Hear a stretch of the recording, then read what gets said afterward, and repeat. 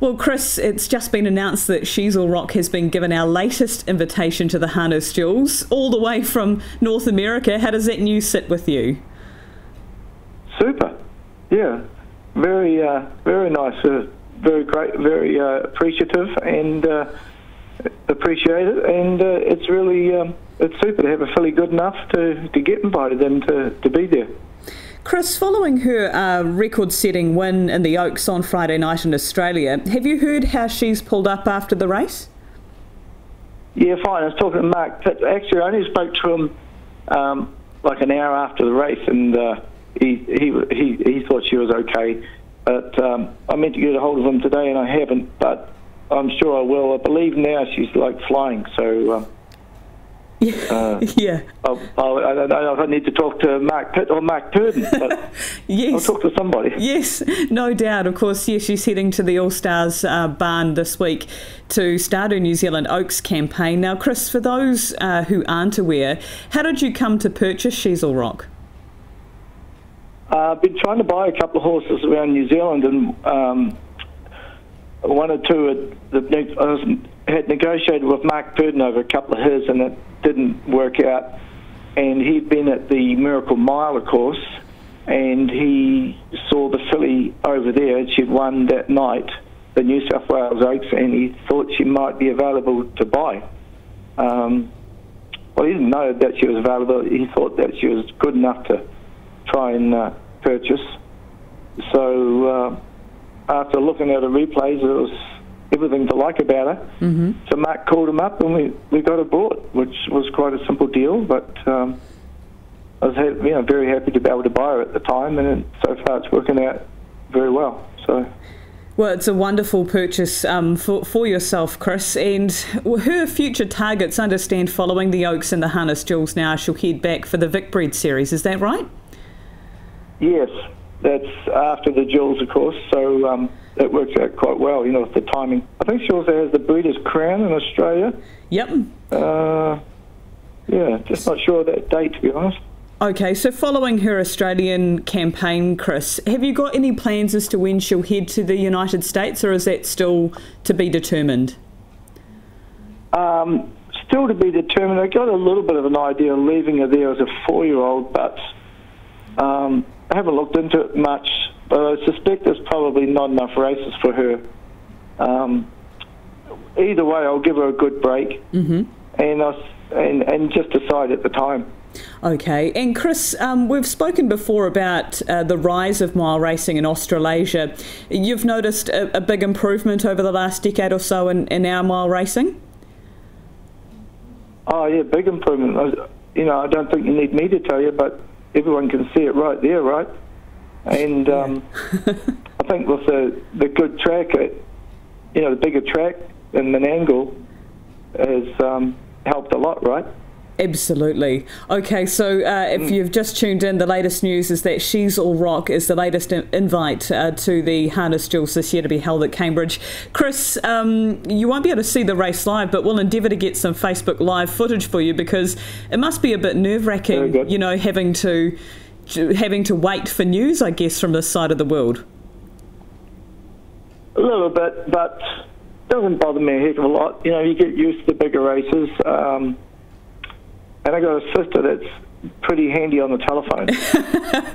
Well, that's great. Well, congratulations, Chris, and all the best. We've got a real international flavour now to the Harness Jewels. Yeah, that's good. I hope it makes for good racing and good lead up. And like I say, we're very pleased to be invited. We appreciate it. Well, Jason Lee, regular driver of Jilliby Kung Fu, congratulations on your Harness Jewels invitation. What's the reaction like from the camp following that news? Yeah, thank you. It's terrific. Obviously, all the family and mum and obviously everyone involved with the horse, extremely happy and excited to be able to get the opportunity to go over there and race against the Kiwis' best.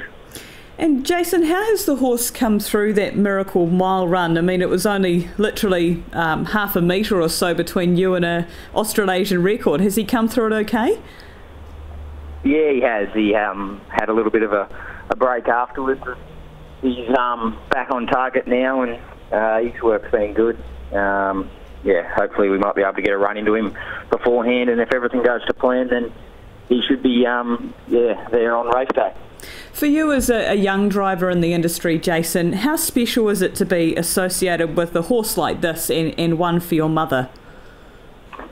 Yeah, look, it's massive. You know, some people don't ever get a horse as good as this. So if he something went wrong and he never won another race or never made it to the track again, you just got to look back at really how privileged we are to have been able to go around in these better 4-year-old races and then do what he did in the Miracle Mile was, really quite special when you go back and think about it. At the time, you were probably disappointed just to get beat, but it was, quite an extraordinary effort from a 4-year-old.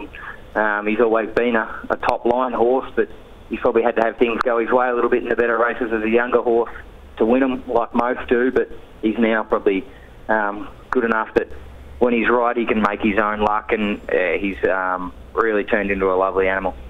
Yeah, I noticed he did it quite tough in the Bonanza 2 sitting park, so as you say, he's quite versatile nowadays? Yeah, look, he could always race pretty versatile, but it was just against the better ones. At the elite, he had to have probably things go his way. As a 3-year-old, he won the Sires and sat behind the leader, and the week before he only just qualified in the semi to make the race, but when things went his way.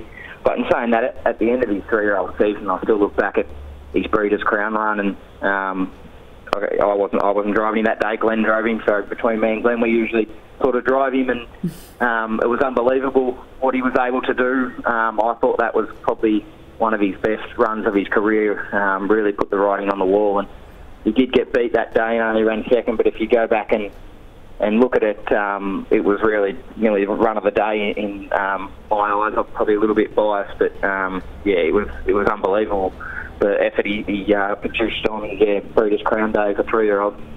Well, you're well entitled to be biased being in that camp too, Jason. But as I say, you're a young driver, you're 22, and just reading some of the articles about you, Jason, it appears that you've taken driving very seriously throughout your career and you've been very focused. So it looks as though that dedication is starting to pay off. Yeah, definitely. Look, let's be honest, we all know it's a tough industry to be in, and to sort of make it your lifestyle and your job. So I've been very lucky with family support and where I've come from. You don't just sort of rock up and start getting plenty of drive. So from day one, I've always had that support behind me, and obviously just got more opportunities as I've gone along. And it's obviously something that you have to sort of eat, sleep and breathe to want to be successful in, and I'm just very privileged for the opportunities that I've had over my career. And now you're able to represent your own country with Jilliby Kung Fu and the Harness Jewels. Of course, he's recorded a time of 1:48.8, Jason. Do you think that he will cope with a trip to New Zealand and potentially in a fresh state? I hope so. Look, it's one of those things you don't know until you try it, and I think, he's obviously travelled well, and it's probably not going to be much different from a trip to Sydney, as in distance-wise for us. It takes us 10 or 12 hours by the time we get from our place up to the track in Sydney. So I think he's the sort of horse that should cope, but you don't know until you go and do it. Who knows? Little things can go wrong, but it's one of those things. If you don't go and try it, well, then you may never get a horse or the opportunity to go and do it again. So at this stage, the family and Marga setting towards that. If everything goes to plan, he should be there.